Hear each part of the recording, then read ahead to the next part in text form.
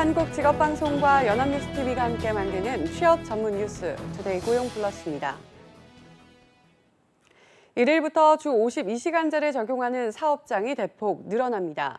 1년간 적용이 유예됐던 버스와 방송, 금융과 대학을 포함해 21개 업종에서 노동시간 단축제가 시행됩니다. 한상용 기자의 보도입니다.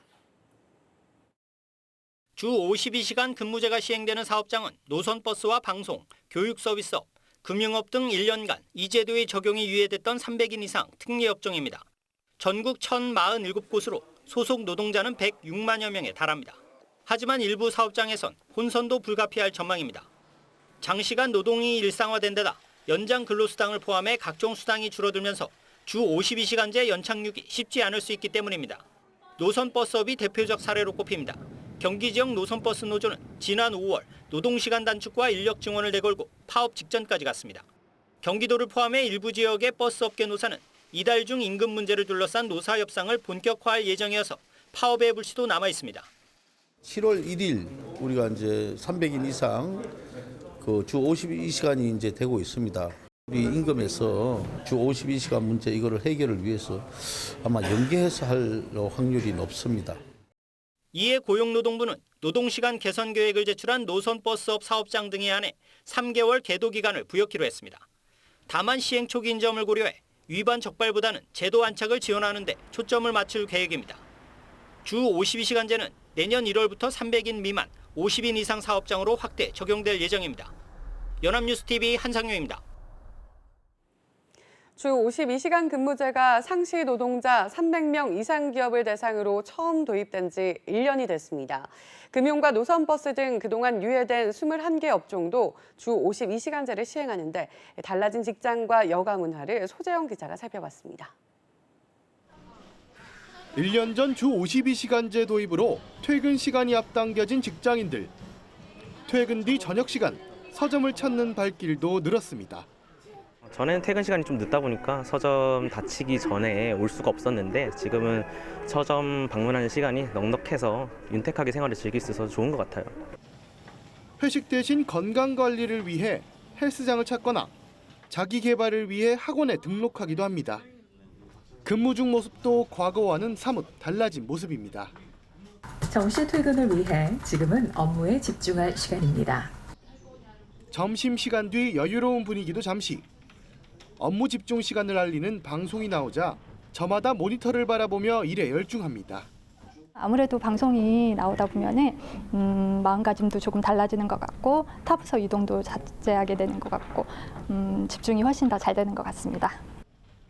이미 대부분의 은행들에서 점심시간에 PC를 끄는 PC 오프제가 보편적으로 실시되고 있고 파워포인트 금지, 보고서 간소화 등 업무 효율을 높이기 위한 작업들도 진행되고 있습니다.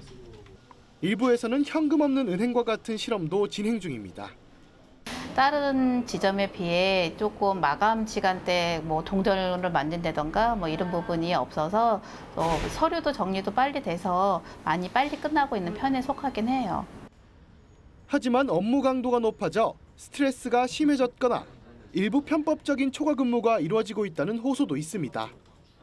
중소기업에는 주 52시간 근무제가 아직 먼 나라 이야기인 실정입니다. 연합뉴스TV 소재형입니다. 로봇이 2030년까지 전 세계 제조업 일자리 2천만 개를 대체할 것이란 연구 결과가 나왔습니다. 우리나라에서도 적지 않은 일자리가 사라질 것으로 예측되는데요. 이봉석 기자입니다. 미국 캘리포니아 경찰은 최근 순찰에 로봇을 투입했습니다. 고해상도로 360도 영상 촬영이 가능한 로봇은 경찰들이 살펴볼 여유가 없는 공원과 건물 등 순찰에 효과적입니다. 기술의 급속한 발전으로 현재 현장에서 사용되는 로봇은 지난 20년간 3배가 늘어 225만 대가 됐습니다. 영국의 경제분석기관 옥스퍼드 이코노믹스는 보고서에서 앞으로 이런 추세가 더 빨라져 2030년까지 로봇이 전 세계 제조업 일자리 2천만 개를 대체할 것으로 내다봤습니다. 전체 일자리의 8.5%에 달하는 규모입니다. 특히 세계 2위 경제대국인 중국에서만 1,200만 개가 넘는 일자리가 사라질 것으로 추산됐습니다. 한국도 경제 규모와 비교할 때 문제가 심각해 로봇이 빼앗아가는 일자리가 80만 개에 육박할 것으로 예상되고 있습니다. 보고서는 대구와 인천, 울산 등 순으로 타격이 클 것으로 분석했습니다. 보고서는 로봇에 의한 자동화는 생산성과 경제 성장 면에서는 긍정적일 것으로 예측했습니다. 그러면서 로봇의 도입을 가로막기보다는 자동화 성과의 공평한 분배에 관심을 가져야 한다고 촉구했습니다. 연합뉴스 이봉성입니다.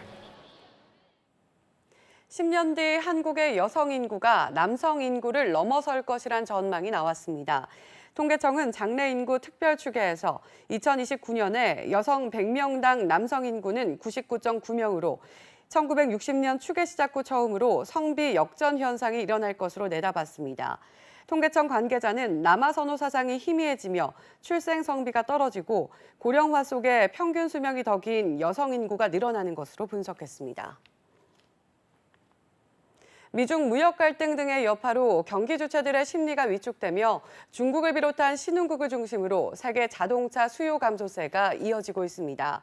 한국자동차산업협회 등에 따르면 올해 들어 지난 5월까지 세계 주요 지역 자동차 판매량은 지난해 같은 기간보다 6.7% 줄었습니다. 지난 5월 역시 전년 동월 대비 7% 감소하며 지난해 9월부터 9개월 연속 뒷걸음질 쳤습니다. 특히 올해 들어 중국의 승용차 누적 판매량이 전년 동기 대비 15% 넘게 감소하는 등 신흥시장 부진이 두드러지는 모습입니다. 노동계의 한 축인 민주노총과 정부 간 갈등이 악화일로입니다. 전문가들은 노정 갈등의 장기화가 우리 사회에 미칠 악영향을 우려하고 있는데요. 해법은 없는 걸까요? 박수주 기자입니다.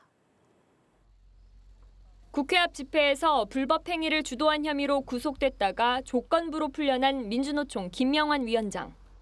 검찰과 경찰이 얼마나 무리하게 이 민주노총의 이런 비판을 가로막으려 하는지를 오늘 확인한 것 같습니다. 이러한 무리한 것에 대한 또한 분명히 책임을 저는 있을 것이다 이렇게 생각이 들고요. 민주노총의 반발과 총파업 예고에 정부 여당도 강경 입장을 내놨습니다. 문재인 정부의 노동 존중은 불법에 눈 감고자 함이 아닙니다. 국민들은 민주노총이 사회적 대화에 참여해 현안의 해법을 찾고 일자리를 늘리는 데 뜻을 모아달라고 요구하십니다. 정부는 집권 초 노동 존중을 내세웠고 민주노총도 19년 만에 노사정 대화 복귀 의사를 밝히며 새로운 노정 관계에 대한 기대감을 높였습니다. 하지만 이 과정에서 최저임금 산입 범위와 탄력 근로제 확대가 결정되자 민주노총은 지난 1월 사회적 대화 참여 의사를 철회했습니다. 위원장 구속 사태를 맞으며 민주노총은 강경 투쟁을 선택했고 7월 총파업은 턱 밑으로 다가왔습니다. 노정 갈등에 따른 경제적 사회적 부담은 결국 국민이 떠안아야 할 몫이 될 것으로 보입니다. 경제가 어렵고 고용난 일자리 문제라든가 민생 문제가 매우 심각하다는 점에 우리 경제나 사회로서는 아주 큰 부담이 되는 것이죠. 그런 점에서 좀 노정 간에 뭔가 돌파구를 열 수 있는 그런 식의 노력이 필요하다는 말씀을. 전문가들은 정부가 노동정책의 청사진을 제시해 신뢰 회복을 도모해야 한다고 지적합니다. 특히 노동계의 수건인 국제노동기구 ILO 핵심 협약 비준이 실마리로 꼽힙니다. ILO 기본협약 비준이라는 독재 정권의 노동 탄압 정책의 연장선에서 미뤄왔던 과제만큼은 전향적으로 해결을 하면서 또 조절과 단계적 접근에 동의할 수 있게 하는 대화를 열어나간다면 충분히 동반자 관계를 복원할 수 있는 가능성은 있다. 노동계의 상응한 노력 역시 필요하다고 조언합니다. 그 문제들을 풀어나가는 데 있어서는 예산, 법제도 또 여타의 국민적인 동의들이 만들어져 나가야 되는데 그런 이제 마지막 수단까지 가기 전까지 우리 사회 속에서 그러한 공감대들을 좀 더 성숙하게 만들어 나가는 노동계의 책임 있는 모습들이 필요한 거죠. 연합뉴스 TV 박수주입니다. 민주노총이 다음 달 총파업을 강행하겠다는 강경 입장을 밝혔습니다. 재계는 총파업이 현실화되면 제조업 분야의 직접적인 타격을 피하기 어려울 것이라고 긴장하고 있습니다. 김주수 기자의 보도입니다. 불법 집회를 주도한 혐의를 받고 있는 김명환 민주노총 위원장이 구속 엿새 만에 풀려났지만 민주노총은 강경 투쟁 노선을 굽히지 않고 있습니다. 다음 달 3일은 민주노총 산하 전국 학교 비정규직 연대회의 조합원 파업이, 18일에는 민주노총 총파업이 예고돼 있습니다. 재계에선 미중 무역 분쟁의 여파가 이어지는 가운데 총파업이 이뤄지면 수출 주력 산업인 제조업 분야의 피해를 우려하고 있습니다. 이미 현대차와 기아차 노조는 순이익 30%, 영업이익 30%의 성과급 지급과 정년 연장을 요구하며 투쟁을 예고한 바 있고 한국 GM의 임단협도 난항을 겪고 있습니다. 같은 제조업 같은 경우는 후방 연구한 산업들이 많기 때문에 파업을 하게 될 경우에 1차 협력업체, 2차 협력업체 이런 부분들까지 영향을 미치게 됩니다. 그쪽에 물량이 줄어들기 때문에 파업으로 인한 영향이 클 수밖에 없고요. 조선업의 명운을 건 현대중공업과 대우조선해양합병도 노조의 반대로 현대중공업 물적 분할과 대우조선해양 현장 실사도 가로막힌 상황. 이런 가운데 2017년 15.8%를 기록한 수출 증가율이 지난해 5.4%로 줄었고 올해 마이너스 5.7%로 급락할 것이란 전망도 나오고 있습니다. 세계 교육량이 더 위축될 가능성이 크다는 점도 문제입니다. 4월 기준 경상수지 적자 규모는 6억 달러를 넘어섰고 상품 수지 흑자 규모도 절반 정도 줄어든 56억 7천만 달러에 그쳤습니다. 민주노총이 노동탄압이란 구호를 내걸고 대정부 규탄을 이어가면 각종 사회적 대화도 경색될 수밖에 없습니다. 내년도 최저임금 논의를 비롯해 탄력근로제 개편안 국회 통과 여부도 낙관할 수 없는 상황입니다. 정당하지 않은 파업이나 시위에 대해서는 정부가 엄정한 법 집행을 해야 되고 정치적 이유로 파업을 하게 된다면 국민들의 호응도 얻지 못할 것으로 생각하고 있습니다. 다만 지난 3월 민주노총 총파업 당시 주축 사업장의 노조 간부들만 참여하고 생산 라인은 멈추지 않았던 만큼 이번 파업도 명분이 불분명하면 동력을 확보하기 어려울 것이란 예측도 있습니다. 연합뉴스TV 김지수입니다. 연합뉴스TV는 앞서 법이 정한 환불 요청도 거부하는 여행 특가 상품 문제 보도해드렸는데요. 살펴보니 이뿐만이 아니었습니다. 요새 유행하는 초저가 상공권이 알고 보니 이것저것부터 실제 결제하는 돈은 그 몇 배였던 겁니다. 이진우 기자입니다. 한 항공사의 모바일 화면입니다. 특가 상품 목록에 9,900원짜리 일본행 편도 항공권이 보입니다. 그런데 막상 클릭해서 들어가면 결제 가격은 4만 원. 물론 정상 운임의 몇 분의 1에 불과하지만 처음 홈페이지에 명시된 금액의 4배가 넘습니다. 유류할증료와 공항세 등이 더해지면서 이렇게 된 겁니다. 하지만 현행 항공법은 항공교통 이용자가 실제 부담하는 총액을 쉽게 알 수 있도록 해당 정보를 제공하도록 규정하고 있습니다. 500원 특가, 여원 특가 등 각종 특가 경쟁 광고 문구에 세금 등이 빠져 있거나 하단에 작게 표기하기도 하는데 모두 현행법 위반인 겁니다. 호텔 예약 사이트들의 꼼수도 빼놓을 수 없습니다. 한 대형 호텔 예약 사이트에서는 처음에 34만 원으로 소개한 상품이 결제 단계를 거치니 40만 원이 넘습니다. 세금이나 봉사료 때문인데 결제 단계에 들어가야 알 수 있는 구조입니다. 더구나 이 업체는 해외 업체라 제재할 방법이 없어 더 큰 문제입니다. 상품 비교하실 때는 사실은 가격에 가장 많이 눈이 뜨니까요. 최대한 낮은 가격으로 설정을 해두고 추가적으로 옵션에서 이제 가격이 더 붙어서 총액은 실제로 훨씬 더 높아지는 경우들로 피해를 보시는 사례들입니다.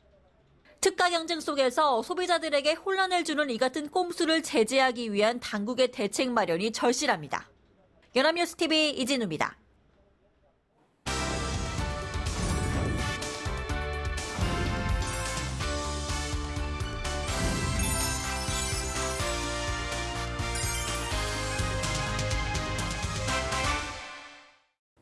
사회적으로 핫한 이슈를 키워드로 알아보는 핫키워드 시간입니다. 안채홍 아나운서 안녕하세요. 안녕하세요.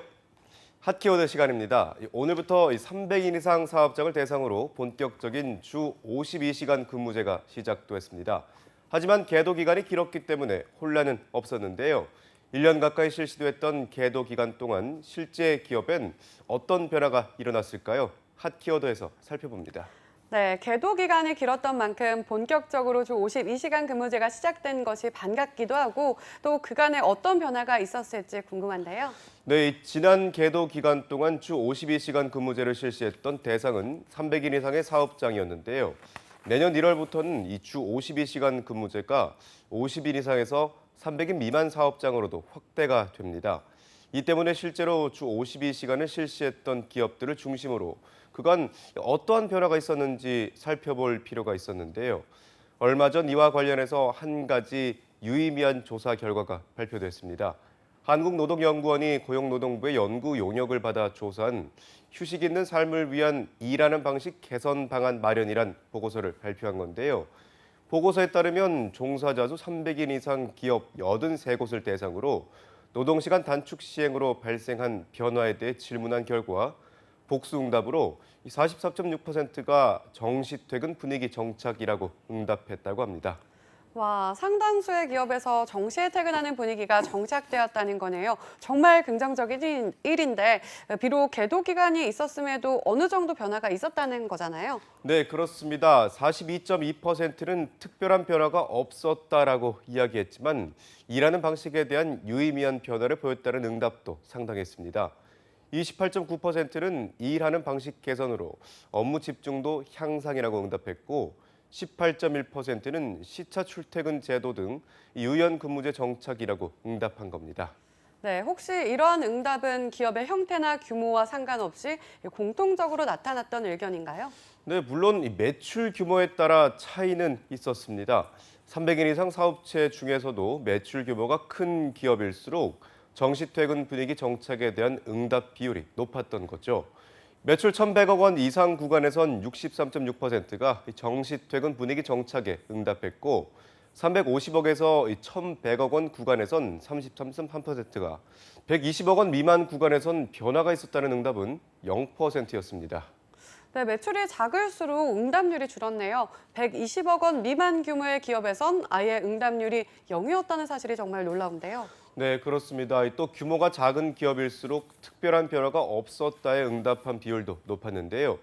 매출 120억 원 미만 구간에선 특별한 변화가 없었다고 응답한 비율이 100%였을 정도입니다. 반면 120억에서 350억 원 구간에선 71.4%, 350에서 1,100억 원 구간에선 33.3%, 그리고 1,100억 원 이상 구간에선 27.3%만이 응답해 규모가 작은 사업장에 대한 배려와 점검이 필요한 것으로 조사됐습니다.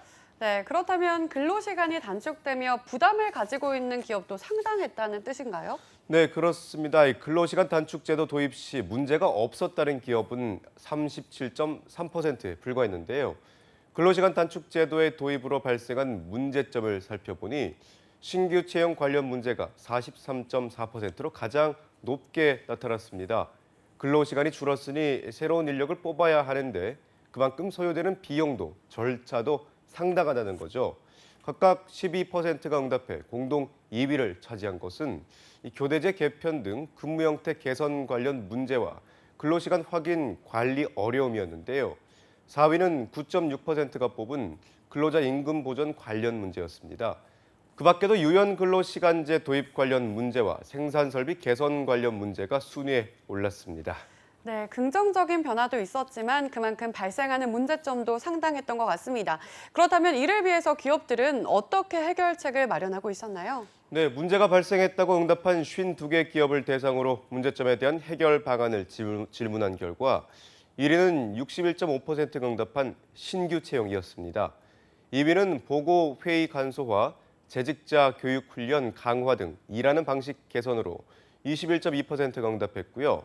3위는 5.8%의 비율을 보인 정부 지원 대책 활용이었습니다. 반면 노동시간 단축 도입 시 발생한 문제점을 해결하지 못했다고 응답한 기업도 17.3%로 여전히 해결책이 필요한 경우도 상당수 존재하는 것으로 조사됐습니다. 네, 주 52시간 근무제 계도 기간 동안 긍정적인 변화를 가져온 기업도 상당했지만 변화가 없거나 해결책을 필요로 하는 기업도 상당했습니다. 하지만 이제 본격적으로 주 52시간 근무제 시대가 열린 만큼 이러한 기업들을 위한 보다 구체적인 해결 방안도 필요할 것으로 보입니다. 바로 사회적 지원과 합의가 동시에 이뤄져야 한다는 뜻이겠죠. 지금까지 핫키워드 안치홍 아나운서였습니다. 고맙습니다. 고맙습니다. 지금까지 투데이 고용 플러스였습니다. 오늘 저희가 준비한 내용은 여기까지입니다. 함께해 주신 여러분 고맙습니다.